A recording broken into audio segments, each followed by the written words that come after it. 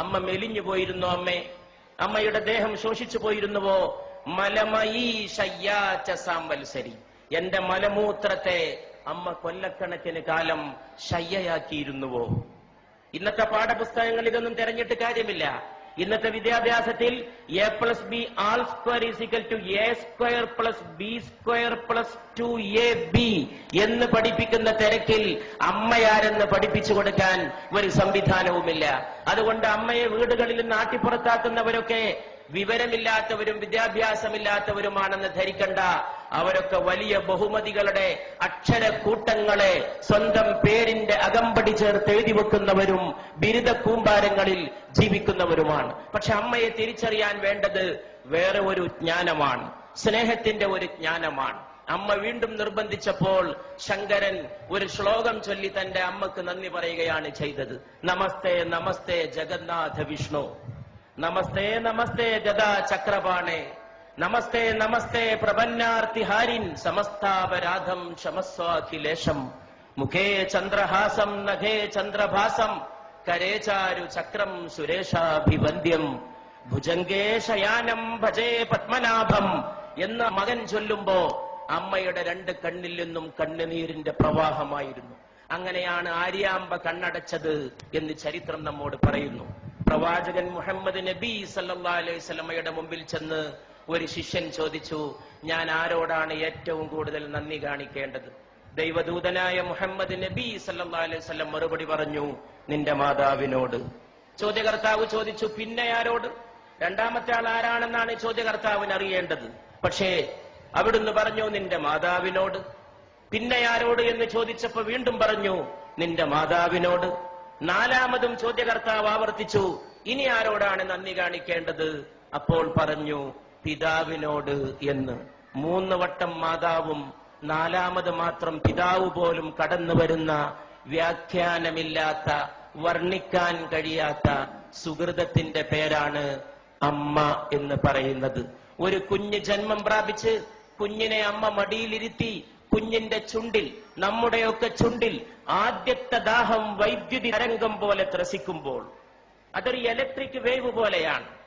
ആദ്യത്തെ ദാഹം, ആ ആദ്യത്തെ ദാഹം വൈദ്യുതി തരംഗം പോലെ നമ്മുടെ ചുണ്ടിൽ ത്രസിക്കുമ്പോൾ മാതാവ് തന്റെ നെഞ്ചത്തെ അമൃത കുംഭങ്ങളോട് തന്റെ മോനെ ചേർത്ത് പിടിക്കുന്നു.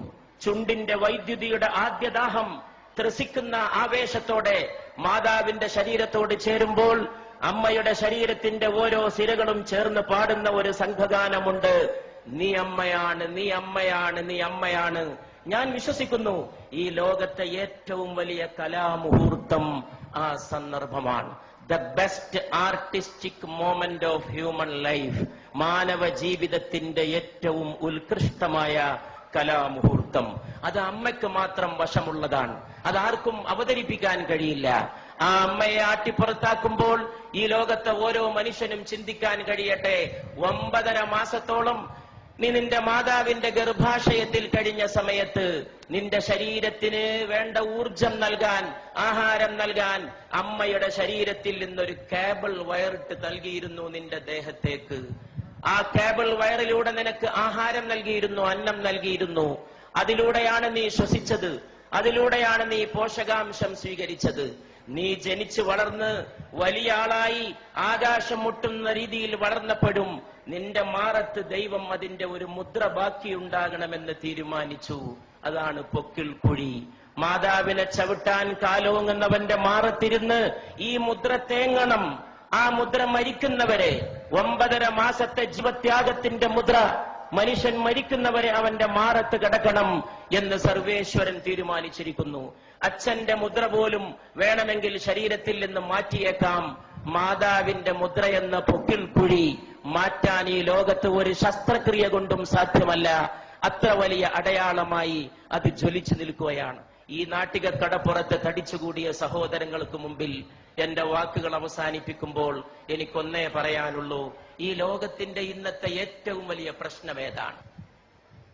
ഒരുപാട് പ്രോജ്വലമായ കലാമുഹൂർത്തങ്ങൾ നമ്മുടെ നാടിന് സമർപ്പിച്ച് ഈ നാടിന്റെ കലാഹൃദയത്തെ ത്രസിപ്പിച്ച മോഹൻലാലിന്റെ സാന്നിധ്യത്തിൽ, സത്യൻ അന്തിക്കാടിനെ പോലെ ഒരു നിമിഷത്തെ സ്നേഹത്തെ ഒരു യുഗത്തേക്ക് പ്രസരിപ്പിച്ച ഒരു തൂലികാകാരന്റെ സാന്നിധ്യത്തിൽ, കേരളത്തിന്റെ ഗ്രാമങ്ങളിൽ മുഴുക്കെ മുഴങ്ങിയ കൈതപ്രത്തിന്റെ സ്നേഹഗാനത്തിന്റെ സാന്നിധ്യത്തിൽ, ഒരുപാട് കുടിലുകളിൽ കഞ്ഞിയില്ലാത്തവന് കഞ്ഞി എത്തിച്ചു കൊടുത്ത് ഒരുപാട് മലയാളികൾക്ക് തൊഴിൽ നൽകിയ, സ്നേഹത്തിന്റെ പുതിയ വ്യാഖ്യാനം തീർത്ത യൂസഫ് അലി സാഹിബിന്റെ സാന്നിധ്യത്തിൽ, ഇവിടെ ഈ മഹാസ്നേഹ സമ്മേളനം സംഘടിപ്പിച്ച, അതിനുവേണ്ടി ത്യാഗം ചെയ്ത എന്റെ പ്രിയ സ്നേഹിതൻ, സ്നേഹത്തിന്റെ പ്രതാപം പോലെ ജ്വലിക്കുന്ന പ്രതാപന്റെ, അദ്ദേഹത്തിന്റെ സുഹൃത്ത് റഷീദിന്റെ, അവരുടെയൊക്കെ സഹപ്രവർത്തകരുടെ സാന്നിധ്യത്തിൽ ഞാൻ ചോദിക്കുന്നു.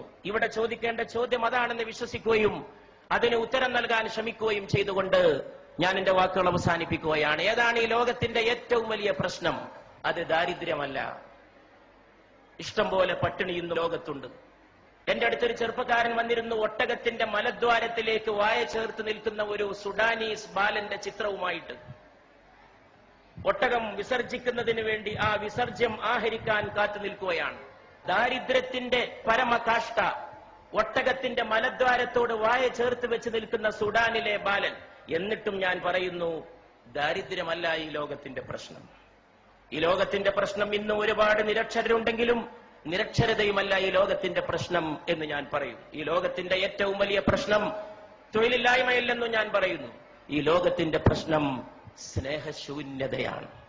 അതിൽ നിന്നാണ് വർഗീയത ഉണ്ടാകുന്നത്, അതിൽ നിന്നാണ് ഭീകരവാദം ഉണ്ടാകുന്നത്, അതിൽ നിന്നാണ് തീവ്ര സങ്കല്പങ്ങൾ ഉണ്ടാകുന്നത്, അതിൽ നിന്നാണ് മാതാവിനെ ആട്ടിപ്പുറത്താക്കാനുള്ള അവസരമുണ്ടായിത്തീരുന്നത്, അതിൽ നിന്നാണ് അച്ഛനെ അവഗണിക്കാൻ തോന്നുന്നത്. മാതാവിന്റെ കാൽച്ചോട്ടിലാണ് സ്വർഗം എന്ന് പ്രവാചകൻ പറഞ്ഞു. മാതാപിതാക്കൾക്ക് പ്രായമെത്തിയാൽ അവരോട് ഛെ എന്ന വാക്ക് പോലും പറയരുത് എന്ന് ഖുർആൻ വിലക്കി. ഛെ എന്ന ഒരു വാക്ക് മതി വേദനിപ്പിക്കാൻ. നീ നിന്റെ അച്ഛനെ തൊഴിക്കണമെന്നില്ല, ഒരു വാക്ക് മതി വേദനിപ്പിക്കാൻ. വാക്കുകൊണ്ടുപോലും നീ അവരെ വേദനിപ്പിക്കരുത്. ദൈവത്തോട് നന്ദി ചെയ്യുന്ന പോലെ നീ നിന്റെ മാതാപിതാക്കളോട് നന്ദി ചെയ്യണം എന്നും ഖുർആൻ തുടർന്ന് കൽപ്പിക്കുന്നു. അതുകൊണ്ട് പ്രിയപ്പെട്ടവരെ, ഇന്നത്തെ ലോകത്തിന്റെ ഏറ്റവും വലിയ പ്രശ്നം സ്നേഹശൂന്യതയാണ്. അത് ഓർമ്മിപ്പിച്ച വലിയ ഒരമ്മയെയും ഞാൻ ഓർക്കുന്നു. അത് മദർ തെരേസയാണ്. ഇന്ത്യയിലെ വലിയ ഒരമ്മ, ഒരുപാട് മക്കളെ മാറോട് ചേർത്ത അമ്മ. സ്നേഹമെല്ലാം ജയിക്കും, സ്നേഹമെല്ലാം പൊറുക്കും എന്ന് പഠിപ്പിച്ച ആ അമ്മയുടെ പേരിൽ ഈ സ്നേഹ സദസ്, ഇവിടെ കൂടിയ എല്ലാ അമ്മമാരുടെയും പേരിൽ, മോഹൻലാലിന്റെ അമ്മ ഇവിടെ വിളക്ക് കൊളുത്താൻ എത്തിയത് ഒരുപക്ഷെ ഈ മൺതരികൾ നാളെ ഓർത്തേക്കും. കാലങ്ങൾ കഴിഞ്ഞ് ഈ അമ്മമാർ വീട്ടിലേക്ക് പോയാലും നാളെ വൃദ്ധസദനങ്ങൾക്കെതിരായ ഒരു താക്കീതായി, ഇരുട്ടത്തൊരു കിരണമായി, ഒരു ഉൽഫുല്ല ബാലരവിയുടെ അരുണോദയ കിരണമായി, സ്നേഹനിരാസത്തിന്റെ അന്ധകാര സീമകളിലേക്ക് അടിച്ചു വീശുന്ന സ്നേഹപ്രകാശത്തിന്റെ ജ്വാലയായി ഈ തിരി എന്നും കത്തി എരിഞ്ഞു എന്ന് വന്നേക്കും. അപ്പോഴും നിങ്ങളും ഞാനും ഓർത്തേക്കും, നമ്മൾ രാത്രി ഉറങ്ങിക്കിടക്കുമ്പോ നമ്മുടെ പിതാവ് വന്നത്.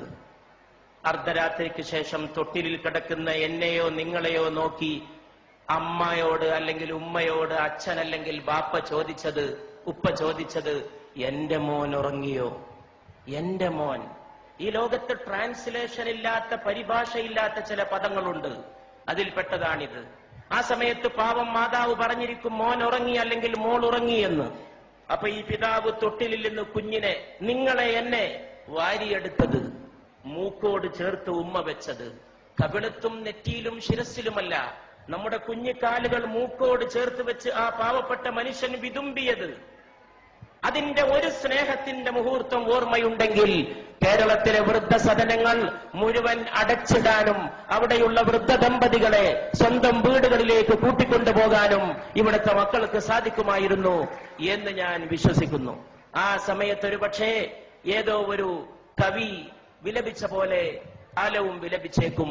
ഈ മഹത്തായ സദസ് ഞാനൊരു ഹിന്ദുസ്ഥാനി കവിയുടെ വാക്കുകളെ കൊണ്ട് ഉദ്ഘാടനം ചെയ്യുകയാണ്.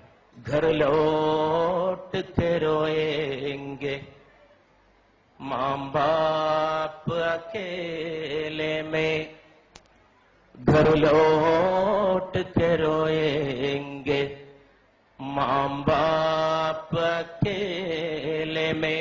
വീട്ടു പോയിട്ട് അമ്മയും അച്ഛനും ഒറ്റക്ക് കരയും. घर लौट के रोएंगे माँ बाप अकेले में, മിട്ടി കെ ഖിലോനെ ഭി സസ്തേ ന ഥേ മേലേ മേ. എന്തുകൊണ്ടാണ് വീട്ടിൽ പോയിട്ട് അച്ഛനും അമ്മയും ഒറ്റക്ക് കരയുന്നത്? മണ്ണുകൊണ്ടുണ്ടാക്കിയ കളിപ്പാട്ടത്തിന് പോലും ചന്തയിൽ നല്ല വിലയായിരുന്നു. ഈ കവി വാഴ്ത്തപ്പെടട്ടെ.